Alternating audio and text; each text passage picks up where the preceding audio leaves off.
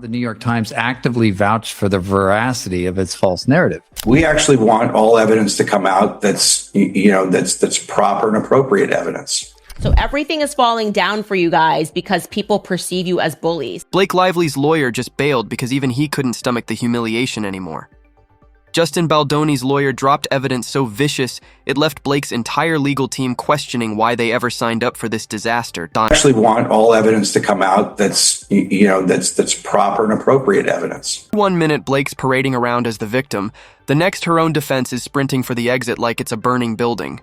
And let's be real, when your lawyer taps out, the trial isn't just shaky, it's already finished. To be a full-blown, I am sorry, I lied, I am a terrible person, tail in between the legs, and that's what we deserve. Picture this. You launch the most laughable lawsuit of your career, scream victimhood, spin the press into calling you delicate, and then boom. Your lawyer says, nope, I'm done.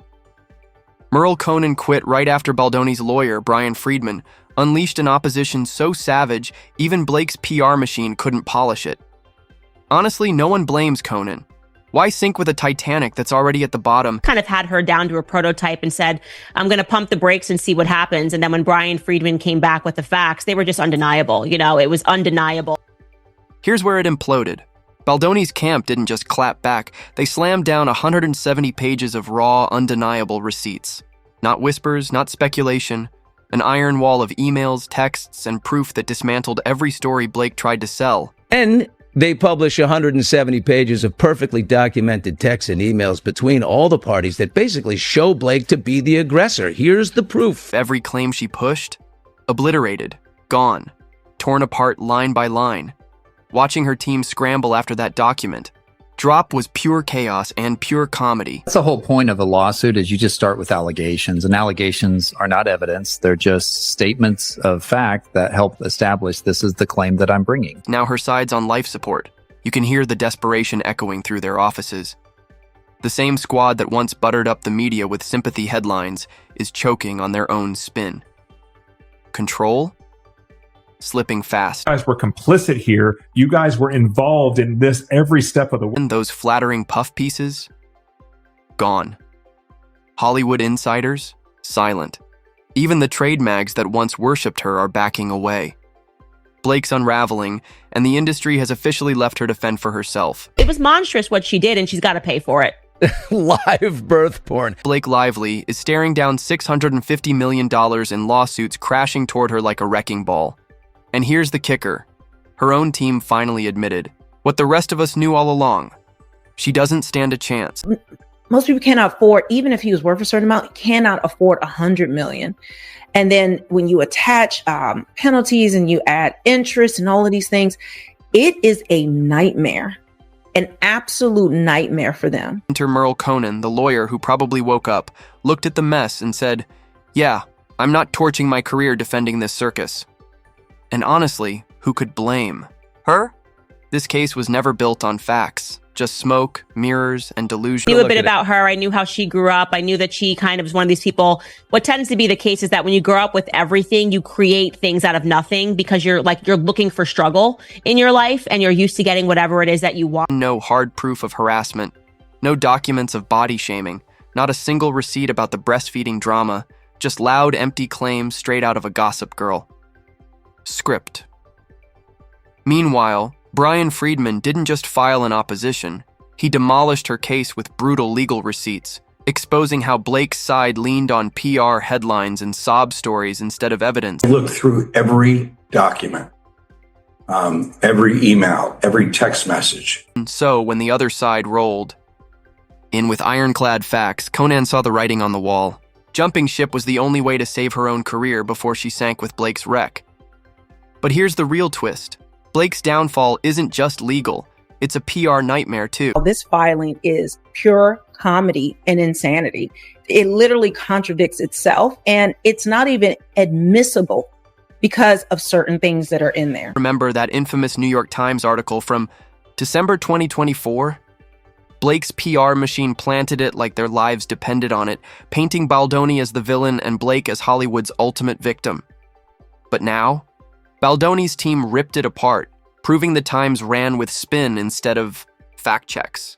The victim narrative collapsed overnight. And it really was quite horrific, because you just go, what kind of a monster even goes through with this CRD filing? Like, they're basically bullying him again in the lawsuit. Now the same PR team that once gloated about their control is in full-blown crisis mode. And here's the bombshell. Blake's own image architect, PR manager Leslie Sloan, isn't just scrambling behind the scenes. She's actually named in Baldoni's $400 million lawsuit. The spin doctor just got dragged into the storm. No, Justin Baldoni is suing him, Blake Lively, and their PR person, Leslie Sloan, for $400 million. The very team Blake hired to polish her image is now a liability in court. How badly do you have to fumble that your own PR squad ends up as defendants? And with discovery heating up, their secrets are about to spill, private texts, shady backroom deals, orchestrated headlines. Baldoni's team isn't holding back, and every time Blake's camp tries to contain the fallout, it explodes even bigger. It looks as though she's a narcissist, like an actual diagnosed narcissist. Here's the punchline. Blake's entire team spent months mastering media spin, thinking they were bulletproof. But the courtroom isn't Twitter. It doesn't care about puff pieces. It cares about evidence. Blake doesn't have any. Her lawyer knew it. Her PR team knows it. Hollywood knows it. The public? They're laughing while watching the whole script collapse. I don't believe Blake Lively is that, but again, you can clearly see, in my opinion, the narcissism at bare minimum that's going on with her. And at this point, everyone is trying to drill reality into Blake. Her lawyer quit. The media's gone silent. Industry insiders whisper she's finished. Even her PR team looks ready to abandon ship. But Blake? She's still out here acting like she's got a shot. The tragic truth. The only believer left in Team Blake is Blake herself.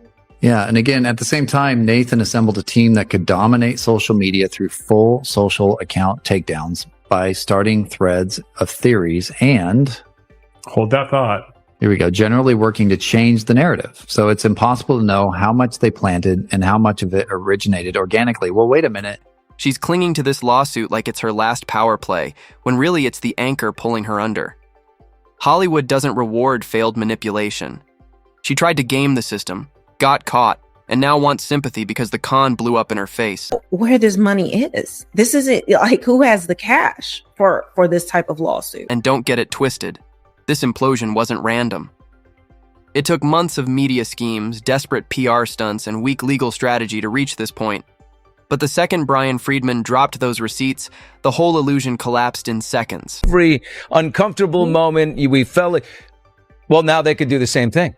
You know, but Right. Brian Friedman could say, here, exactly. Okay, you want to do a settlement? Here it is. We're going to write, you are sick people who tried to take over my movie and crush a little peanut like me just because I'm a man bun wearing, soft, beautiful soul. Blake actually thought she had the media eating out of her hand. And for a hot minute, she did. That glossy New York Times piece had her floating, framing every wild accusation as if it were gospel truth. The headline alone screamed invincibility. But fairy tales don't last long in court, and Blake's narrative shattered the moment it met reality. Skinned outraged, essentially, over us bullying you. That doesn't make you look good on paper. It doesn't make you look good in the court of public opinion. It makes you look like what you actually are, which are a bunch of bullies who think you can get away with everything. Because Friedman didn't just clap back, he nuked it.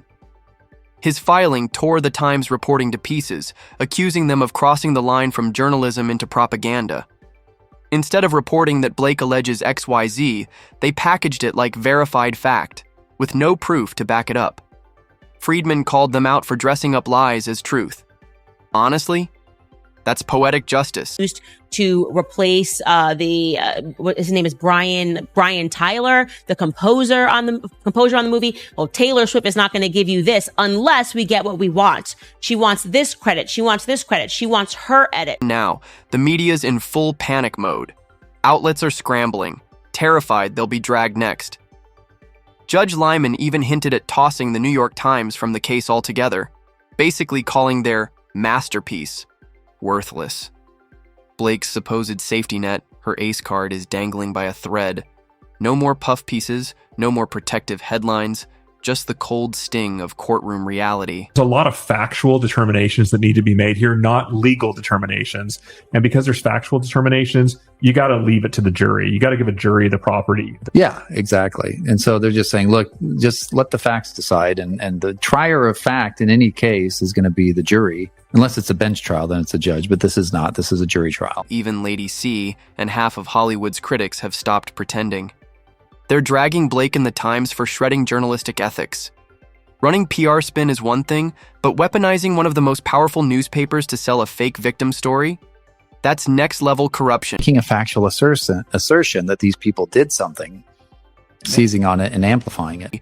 And Lady C didn't mince words. She flat out called the media circus Blake's personal propaganda machine. But now that Friedman torched the Times' credibility, Blake's media armor is gone. She thought she was burying Baldoni. Turns out she dug her own grave. 5 other claims. He's got extortion, he's got false light, and everything immediately falls apart there. But I'm saying even that was ill-advisable. I would not have said, quote unquote, hurt feelings and saying, like, they're basically bullying him again in the lawsuit. But here's where it spirals. Just when you think Blake's legal team couldn't fumble harder, her new lawyer casually throws her under the bus. In fresh court filings, they admitted Blake suffers from serious mental health issues. Blake Lively fears profound mental health issues are at risk of being leaked amid Justin Baldoni legal drama. Yeah, you heard that right. Her own defense basically diagnosed her in public. Instead of protecting her, they exposed her. And honestly, nobody's shocked anymore. It tracks with everything we've been watching unravel. It's just almost unbelievable that her lawyer would file this. I don't understand why he would put this out there. It's just very bizarre. There's a lot of things that he could have talked about. Now, Blake's team is begging the judge for an attorney's eyes only protective order. Translation: they're desperate to hide the ugliest details, especially about her mental health and security. If the case was so innocent, why lock it all down in secrecy? Blake Lively and Ryan Reynolds are moving to protect their text messages and sensitive data amid their legal battle with Justin Baldoni. The couple has filed a request to keep their texts with high-profile people confidential. Oh, right? Because those mental health revelations explain everything. The paranoia, the obsession with control, the delusional victim routine, spinning lies into headlines and treating the media like her personal defense team. It all adds up.